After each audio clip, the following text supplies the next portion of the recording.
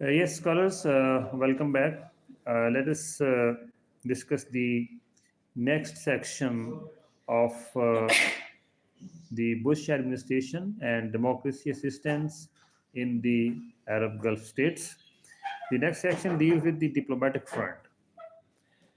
So, American diplomats, their ambassadors, and their staff, they carried out many activities. They held meetings with the officials and they interacted with the communities and they took part in trainings to spread the democratic norms, values, attitudes, behaviors in these countries. The US ambassador to Kuwait, for example, and his team visited Diwaniyas often. And what are Diwaniyas? They are evening political salons. Political salons where people discuss politics.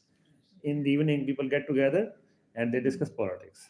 So American diplomats, they joined them, the Kuwaitis. It is Kuwait. They talked with people about how to develop democracy in Kuwait. During the 2008 US election campaign, American diplomats in the UAE carried out many activities. They arranged debates, video conferences, seminars, and outreach programs. The purpose was to highlight the value of electoral democracy. Many different kinds of audiences were reached. Debates were arranged for university and high school students. The debates focused on topics related to democracy. Video conferences were held for journalists. Video conferences were also held for students. Participants interacted with speakers in the United States. Seminars covered topics like women's role in politics. They also covered civic participation. Civic participation. When people, but you know what is civic participation? When you take part in community activities, political activities, social activities at the societal level. So these are the civic participation. From the American president to the secretaries, deputy secretaries, ambassadors, and diplomats, everyone kept the diplomatic effort active. In their speeches, they highlighted almost every aspect of democratization. They emphasized the need for democratization. Their speeches often included philosophical explanations of these issues. The president and his officials responded to all major arguments against democracy promotion in the Middle East. They also responded to criticisms. Middle Eastern governments were repeatedly asked to introduce reforms. Western governments were asked to cooperate in promoting democracy in the Middle East. The president and senior officials rarely missed a chance to emphasize the need for promoting democracy in the region. They expressed strong belief in the value of democratic governance. At many international forums, Bush administration officials explained why democratization of the Middle East is important. They linked American security to democratization. They linked peace and stability in the Middle East to addressing political grievances. These grievances belong to people living under authoritarian regimes. At the diplomatic front, the administration tried to create better understanding of democratic politics. It tried to highlight the benefits of a free economy. It tried to highlight the benefits of individual freedoms. The strong emphasis on reform aimed to put diplomatic pressure on Middle Eastern regimes, Middle Eastern governments. It also aimed to encourage Arab people to raise their voices. So people have to raise their voice, though peacefully, but they need to ask for their rights, ask, ask for their freedoms. It encouraged them to demand political rights, to demand reforms. Bush and his colleagues also criticized regimes for human rights violations. for corruption, and for bad governance. The Saudi government was criticized openly. Saudi Arabia was repeatedly designated as a country of particular concern for violations of religious freedom. US embassies in the Gulf also pushed the democratic agenda. American diplomats encouraged Gulf governments to introduce reforms in politics, economy, and education. They encouraged reforms in other areas as well. The next section deals with political, economic, and education sectors. So, first, the politics. The Bush administration followed a gradual approach for change. It did not openly threaten the authoritarian rulers in the Gulf. The administration wanted to promote elections in the Gulf. It also wanted to strengthen parliamentary practices there. Many steps were taken for this purpose. Training programs were started, exchange programs were also launched, technical support was given whenever needed, political reforms became more important for funding. MEPI increased funds over the years to match this priority. In electoral politics and parliamentary support, the main goal was clear. The goal was to expand the role of parliaments, to expand the role of parliaments. If the role of parliament expands, automatically the role of king shrinks. The goal was also to expand the role of consultative councils in legislation and governance. Programs were funded to improve the capacity of these consultative bodies.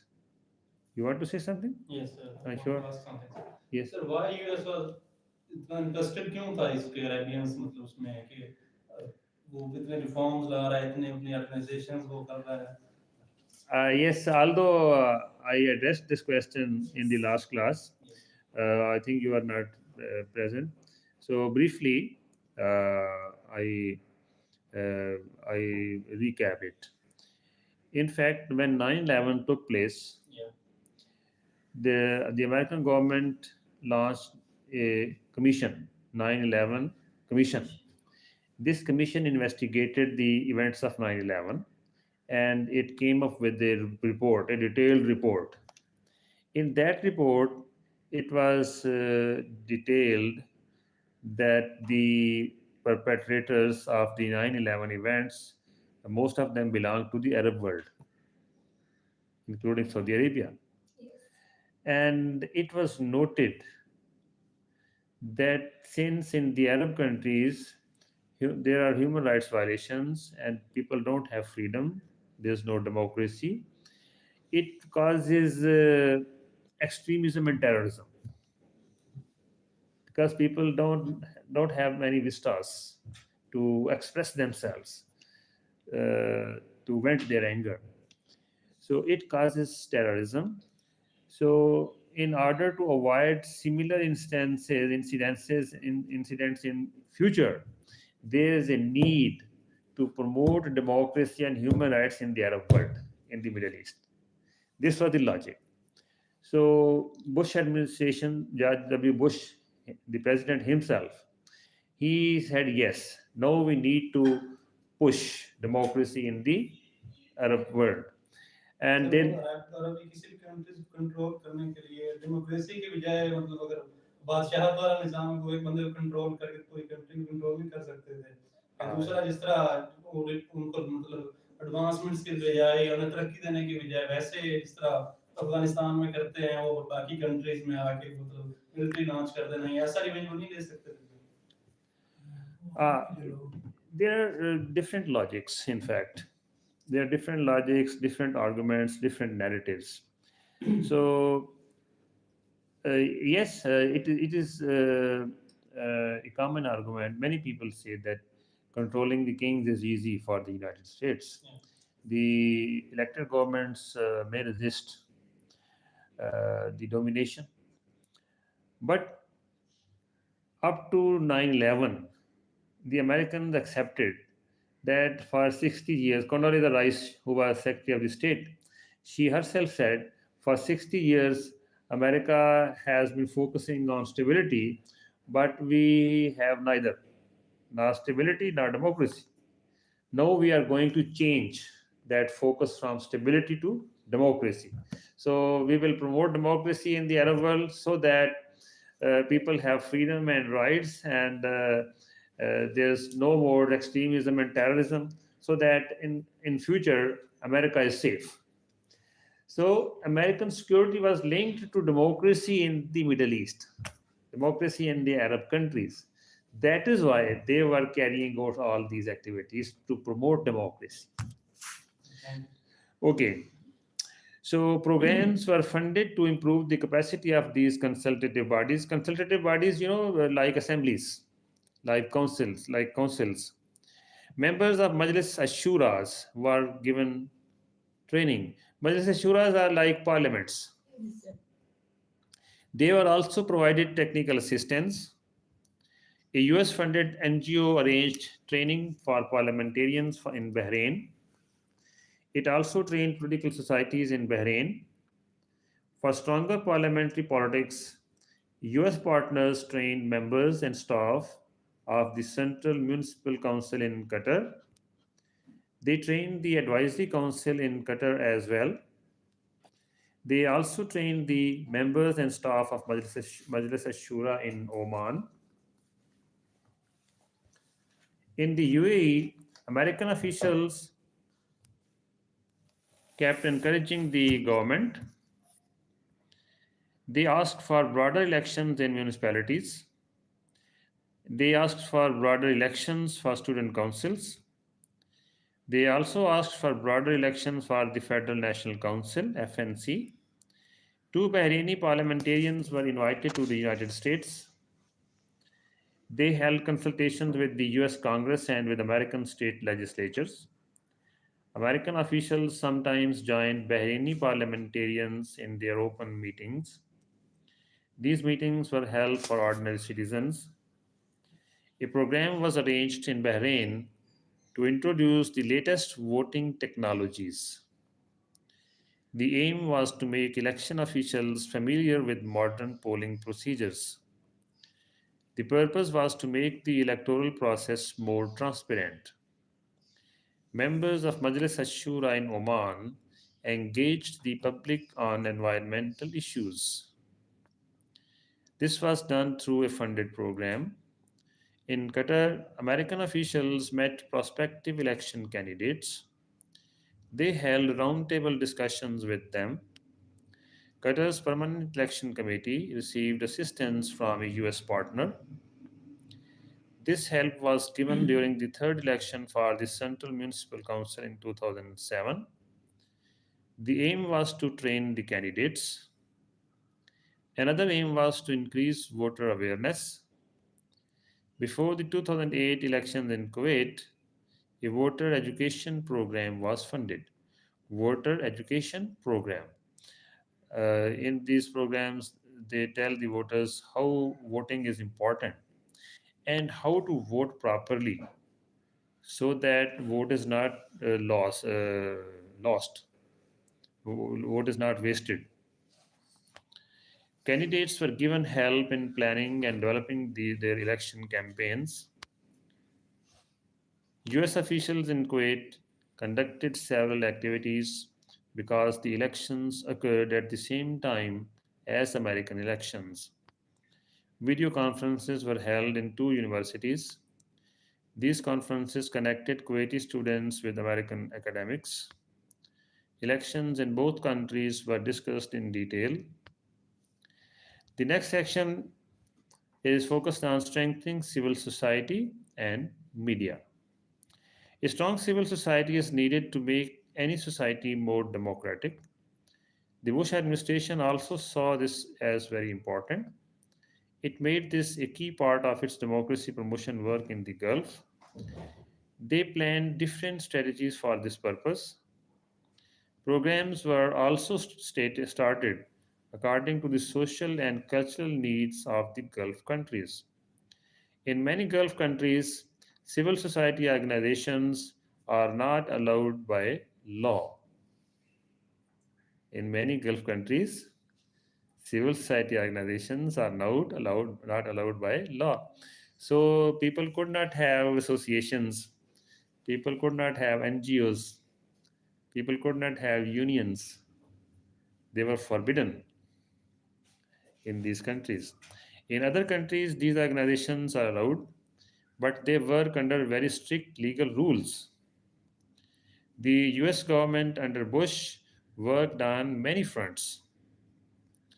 It tried to raise awareness about why a strong civil society is important. It said that civil society is essential for social development and political development. The US government provided diplomatic support, moral support, financial support, and technical support. One of the goals of this support was to strengthen civil society in the Gulf. Over time, MEPI started giving more attention to the civil society sector. MEPI supported a project in Bahrain. This project aimed to reform the civil society law. The goal was to reduce the distance between the government and civil society. In January 2008, 56 teachers were trained in Bahrain. This training was part of an American funded civic education program. Small grants were given to NGOs in Kuwait to strengthen them. The US Embassy in Kuwait started informal meetings every 2 months in 2007. People from NGOs attended these meetings. Diplomats also attended these meetings. The US ambassador in Oman encouraged reformers. He also encouraged civil society activists.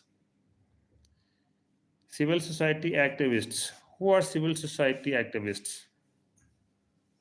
Social workers who work for justice. Yes, civil society workers who work on promotion of our civil societies, promotion of human rights, promotion of freedoms, okay, these things.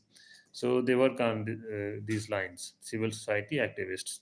He invited them to different embassy events from time to time. American officials in Qatar held informal roundtable discussions.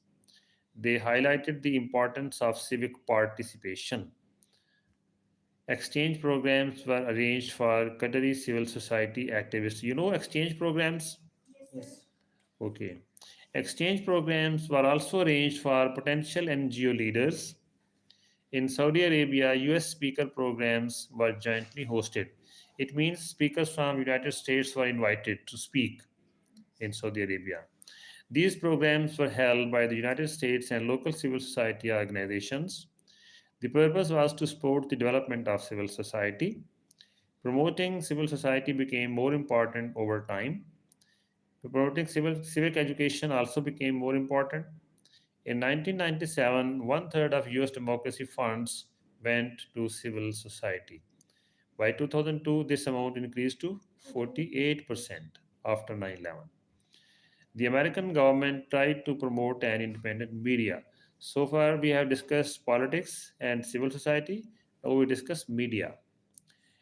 The American government also tried to promote freedom of expression in the Gulf. Financial support was given to journalists. Technical support was also given to journalists. Financial and technical support was given to media associations as well. Training programs were arranged for journalists. Media exchange programs were also arranged. Scholarships were offered for journalists. Some training programs were organized by MEPI. Some Gulf governments censor websites on the internet. To deal with this issue, the Global Online Freedom Act.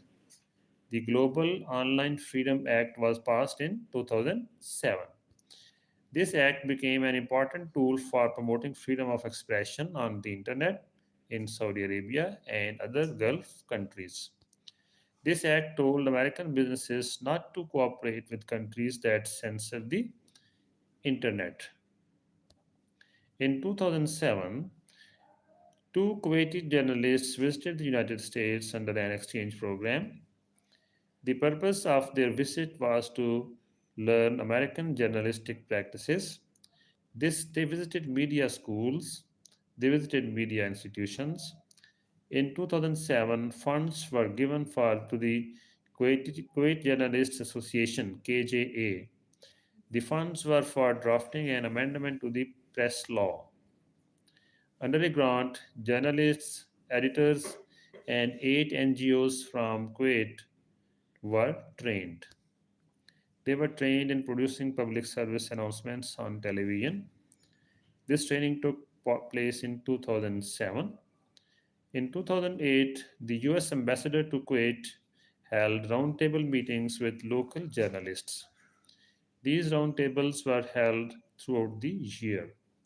In Qatar, 2 programs were funded in 2007 for training journalists. The purpose of these programs was to train them in reporting elections. 2 journalists were given scholarships in the same year. In 2008, a political cartoonist from Qatar was sponsored for professional training. Tired. All of you feel tired. Hmm? Okay, you can turn on the heater. Here is the safety match. You can try. An editor in chief from Qatar was also sponsored in the same year. These scholarships and trainings were meant to improve journalism standards.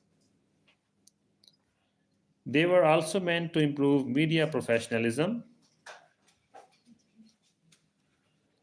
The next section deals with human rights and women empowerment.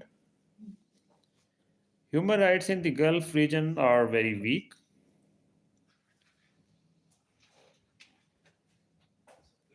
The Bush administration tried to improve the situation. It set short-term and long-term goals. It worked on strategies to achieve these goals. It was observed that the US started actively supporting human rights in the Middle East after 9/11. American diplomats in Saudi Arabia met the National Society for Human Rights. They also met the Human Rights Commission. The US trained the Saudi military. They taught them about international human rights rules. Members of Saudi civil society were sponsored under the International Visitor Leadership Program (IVLP) in 2008. Government members were also sponsored. They visited the United States and attended seminars there. These seminars discussed human rights. They also discussed rule of law. Rule of law. Rule of law, is it important for democracy? Yes, sir. Yes. Yes, rule of law. This is the basic difference, in fact, between democracy and authoritarianism. Yes. Democracy is rule of law. Authoritarianism is not rule of law. They discussed participatory democracy as well. Laura Bush, the First Lady, visited Saudi Arabia. She made efforts to promote women's rights. She attended the signing ceremony of the US Middle East Partnership for Breast Cancer Awareness and Research. Human trafficking is the most serious human rights issue in the Gulf. US officials work to create awareness about this problem. They focused especially on workers and laborers. American diplomats in Bahrain showed films about human trafficking. You know human trafficking? Yes, sir. Human smuggling. Yes. After the films, they held discussions. American embassies in Gulf countries contacted labor sending countries. They cooperated with them and they tried to control human trafficking in the region. They helped foreign workers in Qatar connect with NGOs in their own home countries. The US provided an expert to Oman. The expert helped in drafting the anti trafficking law. The law passed in 2008. Labor inspectors in Oman were trained to identify human trafficking cases. In Bahrain, training was given to judges, lawyers, and law enforcement officers. These training programs were funded by the United States. Other programs helped strengthen worker rights in Bahrain. US officials created an online forum. The forum spread awareness about the conditions of foreign workers. In 2008, the US ambassador to Kuwait met the Deputy Prime Minister of Kuwait. They discussed the deportation of Bangladeshi workers who protested. He also talked about human trafficking in a press roundtable. The US Embassy published a brochure in Kuwait. The brochure explained workers' rights to foreign workers. IMN 193. The Oxim campaign in Kuwait focused on children's rights. Zavia ran this campaign. Zavia was supported by MEPI. Workers were held for young people. Workshops were held for young people. The aim was to teach them about their rights. Gulf societies are male dominated. Women generally do not have equal rights. Women are systematically kept behind in every field of life. True democracy in the region needs women's rights to be protected. Without women's empowerment, democratization cannot move forward properly. The Bush administration took steps to support women's rights. The President Bush visited Kuwait in 2008. He held a roundtable with female activists. They discussed democracy. They also discussed women's rights. The US Embassy in Kuwait arranged roundtables. Female activists attended these sessions. Government officials also attended. A US official visited Kuwait in 2008. He held a roundtable with 8 female activists. An Arabic speaking American visited Kuwait for 4 days. He toured the country and spoke about women's rights. The US ambassador to Kuwait met the housing minister in May 2008. They discussed housing rights for women married to non Kuwaitis. In fact, there was a law that any Kuwaiti woman who marries a foreigner will get nothing in property, in parents' property. So the American diplomats discussed housing rights for women married to non-Kuwaitis. MEPI arranged internships for Arab business women in American companies. Internships. MEPI also supported women's education in the region. In Bahrain and the United Arab Emirates, MEPI created a public-private partnership to help women. Bahrain Forum for Public-Private Partnership was launched in 2007. MEPI and Vital Voices launched it. Civil society groups and private companies were invited to join. The goal was to hold regular dialogues. The goal was also to help cooperation between private organizations and women's NGOs. Another public private partnership was the Middle East and North Africa Business Women's Network, MENA BWN. MEPI and Vital Voices worked together with local women's groups. This partnership focused on empowering women economically, socially, and in business. What is women empowerment, by the way? Yes, women. What is women empowerment? How do you feel empowered? What things you do when you feel empowered, and one things you do when you don't feel empowered?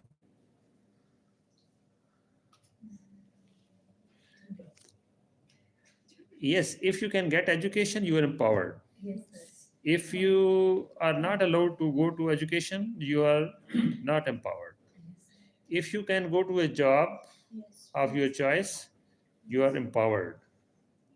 But if your family or society, your government does not allow you to do job or do business, you are not empowered. If you can speak your mind, you are empowered. If your parents consult you while deciding your matters, you are empowered. If your parents don't consult you and they decide your things, you are not empowered. So, similarly, if you get property rights, if you get your due share in your parents' property after them, then you're empowered. So, this partnership focused on empowering women economically, socially, and in business. It aimed to build a culture of women's entrepreneurship. The MENA Business Women's Network started in 2006. Among its seven founding members, three were from GCC countries. Bahrain Business Women's Society was among its founders. The Dubai Business Women's Council was among its founders, and Kuwait Economic Society. These are from the Gulf countries.